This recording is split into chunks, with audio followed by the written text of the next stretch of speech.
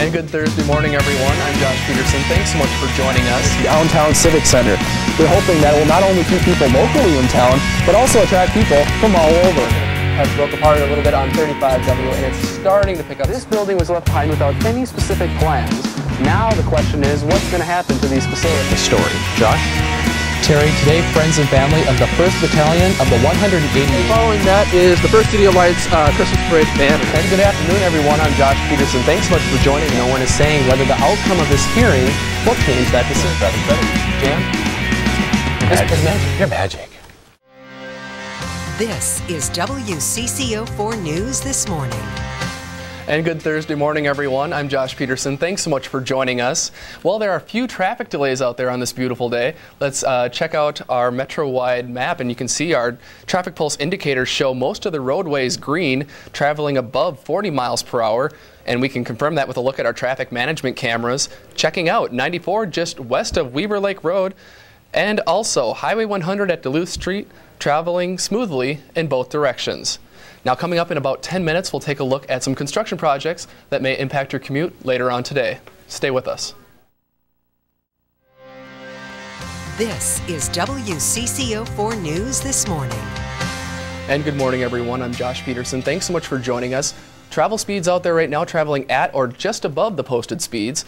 Looking at 35E and 94, traveling in the high 40s, and 35W, the speedy zone, traveling at a 62. Now be sure to grab those shades as you head out the door today. Expect slower speeds as you travel eastbound on any of the 94s. Today, friends and family of the 1st Battalion of the 188th came together to thank and say a temporary goodbye to their loved ones who are about to depart for Afghanistan. Once in Afghanistan, the battalion's job will be to provide 24/7 checkpoint security and provide personal safety. Out of the 152 that are set to be deployed, 19 of the soldiers have previously been deployed to Iraq. According to Congressman Earl Pomeroy, there is a larger reason for the North Dakota troops that have been called upon. Not of all of our soldiers, but I believe on a comparative basis, North Dakota National Guard soldiers have shown that they are truly the best of the best. Now, the troops are set to depart this Sunday afternoon for Fort Lewis in Washington, where they will be trained before leaving for Afghanistan. Reporting live, Josh Peterson, WDAZ News. UND panel heard many emotional testimonies from former students of Anthony Reeves. The testimonies given today mainly focused on choir recruitment. Recruiting, I think, has been a major concern. It was one of the issues on which I was dismissed, and it's something the committee has specifically said they want to hear more about.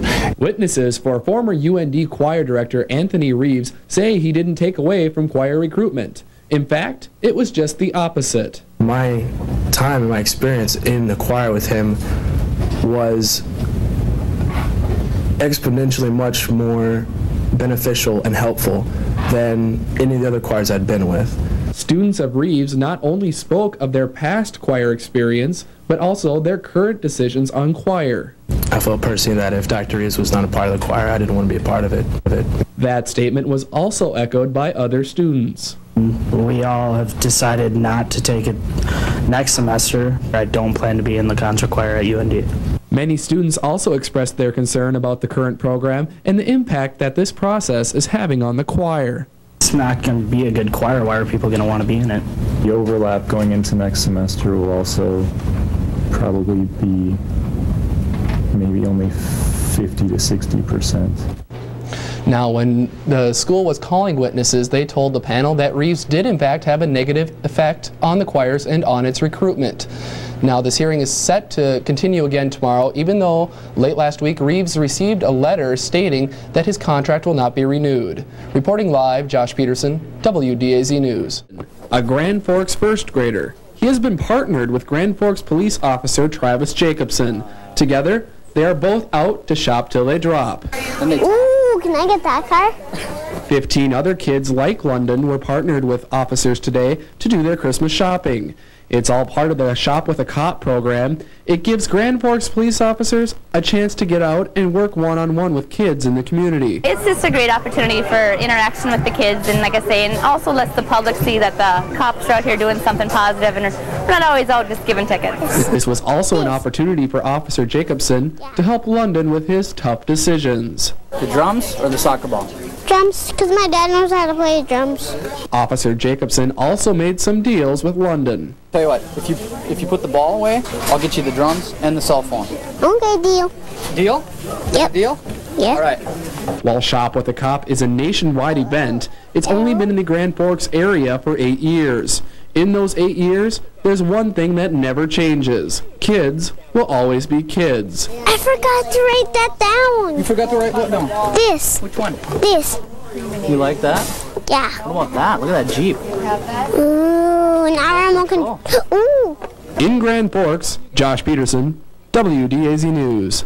It's that time of year when resolutions are made and then broken. Fitness centers across the region see significant increases in membership and class enrollments around New Year's. And that's no different here in Grand Forks, where people here are ready to get physical.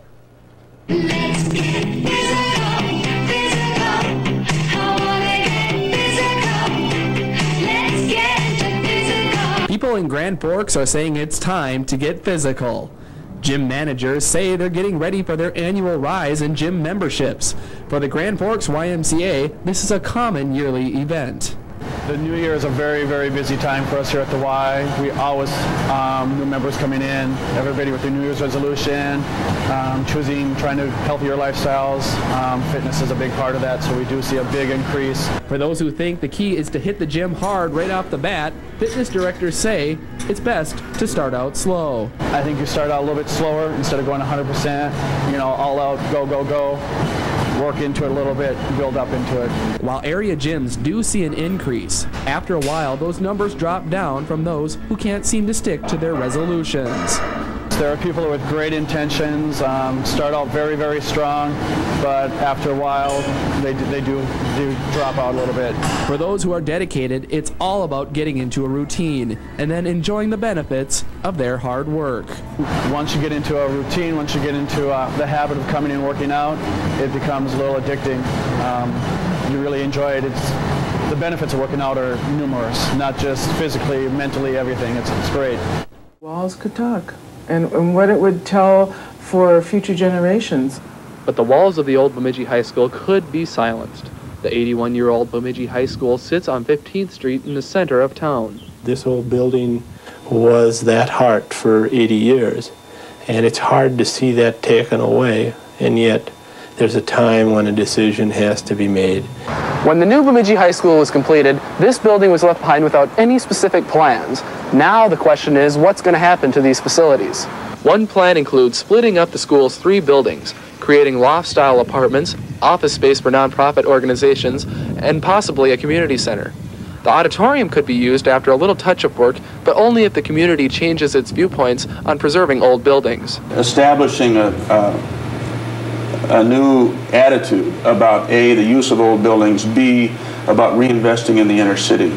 An estimate on leveling the entire school would cost more than $1.5 million. The current plan to renovate part of the school would cost about the same amount. All that's needed is a buyer. However, for School District 31, patience is hard to come by, since there is a lot of cost associated with maintaining an empty building. I hope we can save it. I hope it can be used for some other purpose. But you can only look so long before sometimes you reach a point where you have to act. Morrud says they're open to any suggestions, but time is running out. In Bemidji, I'm Josh Peterson, 712 News.